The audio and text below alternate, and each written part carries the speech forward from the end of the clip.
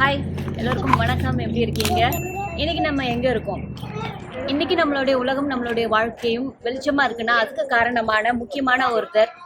அது யார்? இங்கே நிற்கிறாரு, இவர் தான். இவர் கையில் பல்ப் இருக்குது. இதை பார்த்தாலே உங்களுக்கு வந்து ஐடென்டிஃபை பண்ணியிருப்பீங்கன்னு நினைக்கிறேன் நேரம். ஆமாங்க, இன்றைக்கி பல்பை கண்டுபிடிச்ச தாமஸ் ஆல்வா எடிசன் அவர்களுடைய நேஷனல் ஹிஸ்டாரிக் மியூசியம் அதை பார்க்கறதுக்கு தான் இன்றைக்கி வந்திருக்கோம். எடிசன் அவர்கள் பிறந்தது ஒஹாயோ ஸ்டேட்டில் அப்படின்னாலும் அவர் வாழ்ந்தது எல்லாமே இங்கே நியூ ஜெர்சியில் தாங்க. இப்போ நம்ம இருக்கிற இடமும் நியூ ஜெர்சியில் தான். இது அவருடைய லெபார்டரி, அப்புறம் வந்து அவருடைய ஒர்க் ஸ்டேஷன் அண்ட் லெபார்டரி. இங்கே அவருடைய ஆஃபீஸ், அவர் வந்து எப்படி என்னென்ன விஷயங்கள் வச்சு இந்த பல்ப் கண்டுபிடிச்சாரு, அவருடைய ஆஃபீஸ் எப்படி இருக்கும், அப்படியே அவரோட ஆஃபீஸ் இல்லைன்னாலும் அது மாதிரி ஒரு ரீமாடல் பண்ணி அவருடைய ஆஃபீஸ்லாம் இங்கே வச்சுருக்காங்க.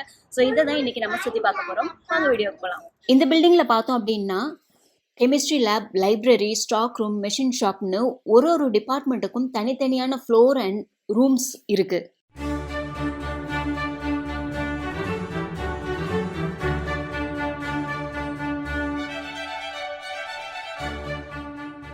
தாமஸ் ஆல்வா எடிசனுடைய சிக்னேச்சர்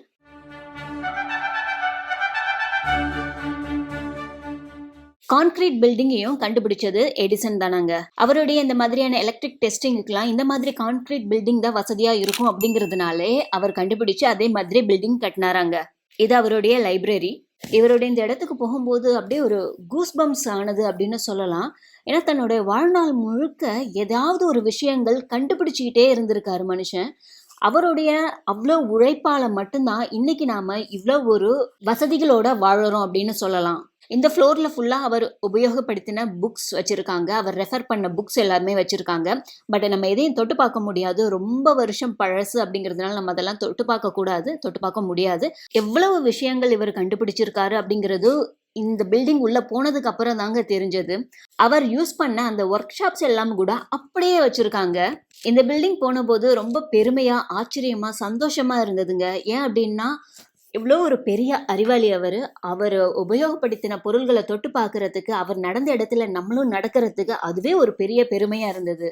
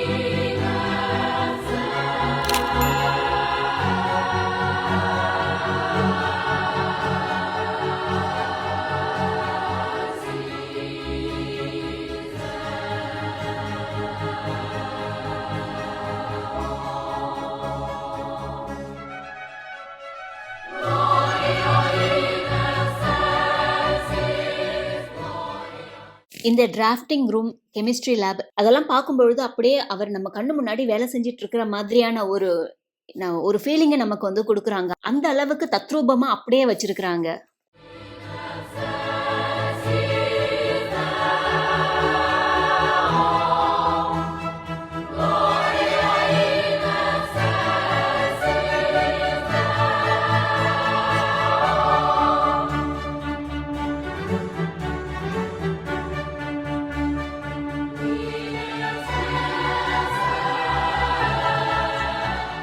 இது எல்லாமே பல ஸ்கூல்கள்ல இருந்து பல லிட்டில் ஜீனியஸ்களுடைய ஒர்க் இங்க எடிசனுடைய ஆபீஸ்ல டிஸ்பிளேக்கு வச்சிருக்காங்க.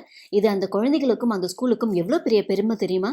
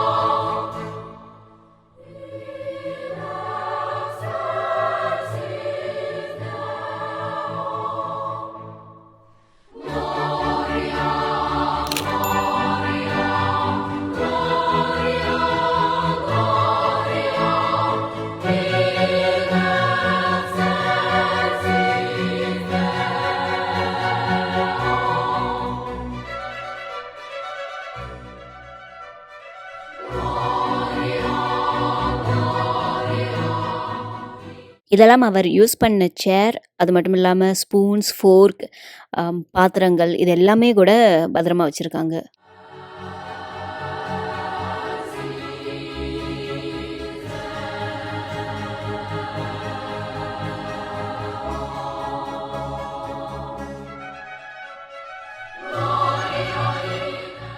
மியூசிக் மேலேயும் எடிசன் அவர்களுக்கு ரொம்பவே ஆர்வமாம். நீங்க பார்க்குற இந்த விஷயங்கள்லாம் மியூசிக் ரிலேட்டடா அவர் கண்டுபிடிச்ச விஷயங்கள் தான். ஃபோனோகிராஃப் சிலிண்டர், கிராஃபோஃபோன், ஃபோனோட்டோகிராஃப் இதெல்லாமே அவர் கண்டுபிடிச்ச விஷயங்கள் தான். இவர் கண்டுபிடிச்ச விஷயங்கள் மியூசிக் இண்டஸ்ட்ரியில ஒரு பெரிய ஒரு மாற்றத்தையே ஏற்படுத்திச்சு அப்படின்னு சொல்லலாம்.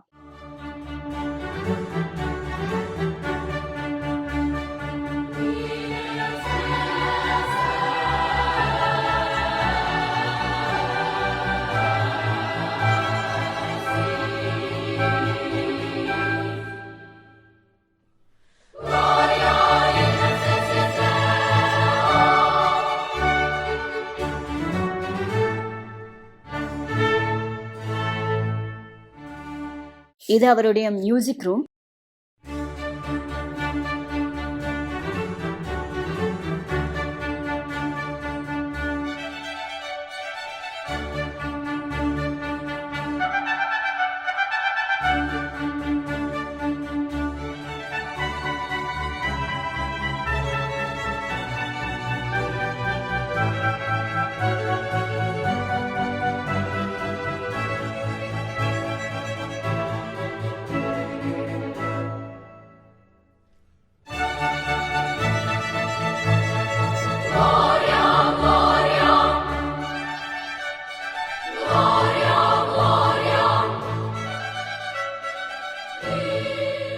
இது எடிசன் அவர்களுக்கு ரொம்ப பிடிச்சமான ஒரு இடமா, அதிக நேரம் இங்க ஸ்பெண்ட் பண்ணுவாராம். இது மோஷன் பிக்சர்ஸ் எடுக்க அவர் பயன்படுத்தின ரூமோடைய மாதிரி. எடிசன் வந்து பல்பை மட்டும் கண்டுபிடிக்கலைங்க, நிறைய விஷயங்கள் கண்டுபிடிச்சிருக்காரு. என்னென்ன அப்படின்னு பார்த்தோம்னா, நமக்கு நல்ல இது சின்ன பிள்ளையிலேருந்து நம்ம புக்கில் வந்ததுனால நமக்கு வந்து டக்குன்னு பல்பு தான் எடிசன் அப்படின்னு நமக்கு ஃபர்ஸ்ட் பல்பு தான் தெரியும். பட் பல்பு தவிர அவர் கண்டுபிடிச்ச மற்ற விஷயங்கள் என்ன அப்படின்னு பார்த்தோம்னா, சவுண்டை ரெக்கார்ட் பண்ணுற டிவைஸ் இவர் தான் கண்டுபிடிச்சிருக்காரு. எக்ஸ்ரே எடுக்கிற டிவைஸ் இவர் தான் கண்டுபிடிச்சிருக்காரு. மோஷன் பிக்சர்ஸ் இவர் தான் கண்டுபிடிச்சிருக்காரு. இது மாதிரி நிறைய விஷயங்கள் இன்னைக்கு நம்ம வந்து ரொம்ப கேஷுவலாக யூஸ் பண்ற நிறைய விஷயங்கள் எல்லாமே இவருடைய உழைப்பு, இவர் மற்றும் இவருடைய டீமுடைய உழைப்பினால நமக்கு கிடைச்சதுதான். அதுதான் இன்னைக்கு நம்ம யூஸ் பண்ணிக்கிட்டு இருக்கோம்.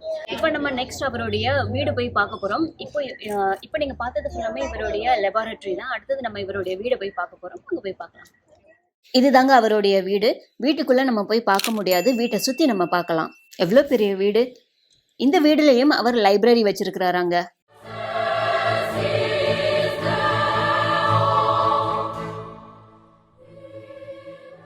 இது எடிசன் அவர்களுடைய கராஜ், கார் நிறுத்துற இடம். எத்தனை வகையான கார்கள் அவர் யூஸ் பண்ணியிருக்காரு பாருங்க. இது மாடி ஃபெசிலிட்டி இருக்கிற மாதிரியான கராஜுங்க. இதுக்கு மேல் தளம் ஒன்று இருக்கு.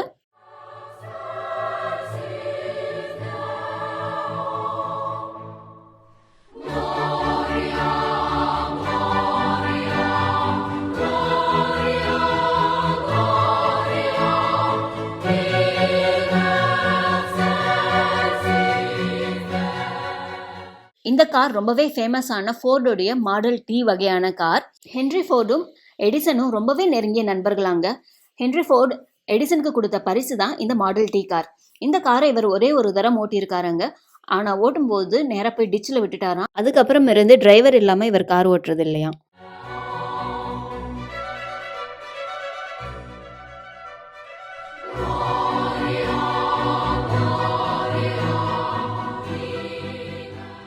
எங்க நீங்க பாக்குறீங்க இல்லையா, இது எலக்ட்ரிக் கார், இது ஃபயர் இன்ஜின், இது எலக்ட்ரிக் கார், இதுவும் எலக்ட்ரிக் கார்.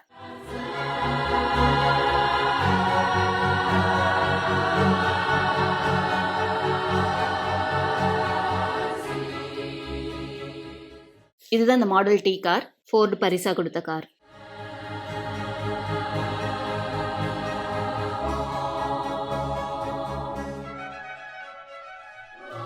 இந்த கராஜ் ஃபுல்லாமே அவரே டிசைன் பண்ணி உருவாக்கி இருக்காரு.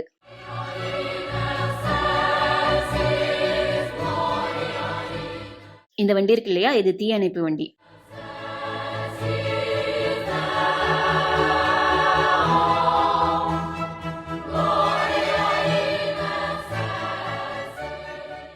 இது மாடி படிக்கட்டு. நாட்டுக்காரங்க கிட்ட ரொம்ப பிடிச்ச விஷயம், ரொம்ப பார்த்து அட்மையர் பண்ற விஷயம் அப்படின்னு சொல்லணும் அப்படின்னா இந்த மாதிரியான விஷயங்கள் தான். அதாவது ஒரு சின்ன ஒரு இயற்கை நிகழ்வாகட்டும், ஒரு நேச்சர் சம்பந்தமான விஷயமாகட்டும், ஒரு இன்வென்ஷன் ஆகட்டும், எல்லாத்தையுமே நம்ம மட்டும் கிடையாது, நமக்கு அப்புறம் வர பல ஜெனரேஷன்ஸும் அதை பத்தி தெரிஞ்சுக்கணும், புரிஞ்சுக்கணும் அப்படின்ட்டு பாதுகாக்கிறாங்க இல்லையா? அது ஒரு பெரிய விஷயங்க. நம்ம நாட்டுல எல்லாம் எவ்வளவோ விஷயங்கள் இருக்குது. ஆனா நம்ம இது மாதிரி எல்லாம் பாதுகாக்கிறோமா, நெக்ஸ்ட் ஜெனரேஷன் அதை பத்தி தெரிஞ்சுக்கணும் அப்படின்னு எல்லாம் நினைக்கிறோமா அப்படிங்கிறது கொஸ்டின் மார்க் தாங்க. ஆனா இங்க பார்த்து ஆச்சரியப்படுற ஆதங்கப்படுற விஷயம் அப்படின்னா இந்த மாதிரியான விஷயங்கள் தான். ஏன்னா ஒரு இயற்கை இருந்தாலும் அந்த இயற்கையை வந்துட்டு அழிஞ்சு போகாம அவ்வளோ ஒரு இதா பாதுகாக்கிறாங்க. அதே மாதிரி இந்த மாதிரி இன்வென்ஷன்ஸ் அண்ட் அவங்களுடைய கண்டுபிடிப்புகள், இதை எப்படி அவங்க கண்டுபிடிச்சிருப்பாங்க, இதுக்கு என்னென்ன மாதிரியான விஷயங்கள் அவங்க அப்ளை பண்ணியிருப்பாங்க அப்படிங்கறது வந்து ரொம்பவே அழகா அவங்க இன்னும் ஒரு நினைவா அதை பாதுகாத்துட்டு வராங்க. அது மட்டும் இல்லாம இன்னும் பல ஜெனரேஷன்ஸும் அதை பத்தி தெரிஞ்சுக்கணும் அப்படிங்கிற வகையில பத்திரமா பாதுகாத்துட்டு வர்றது எல்லாம் பெரிய விஷயங்க. நீங்களும் எங்க கூட சேர்ந்து தாமஸ் ஆல்வா எடிசன் அவர்களுடைய ஆபீஸ் மற்றும் அவங்களுடைய வீடு, அவர் யூஸ் பண்ண கார்ஸ், அதை பத்தி எல்லாமே பார்த்திருப்பீங்க. அவரை பத்தியான இன்னும் நிறைய விஷயங்கள் நீங்க தெரிஞ்சிருப்பீங்க அப்படின்னு நான் நம்புறேன். மீண்டும் அடுத்த வீடியோல சந்திப்போம். பாய்.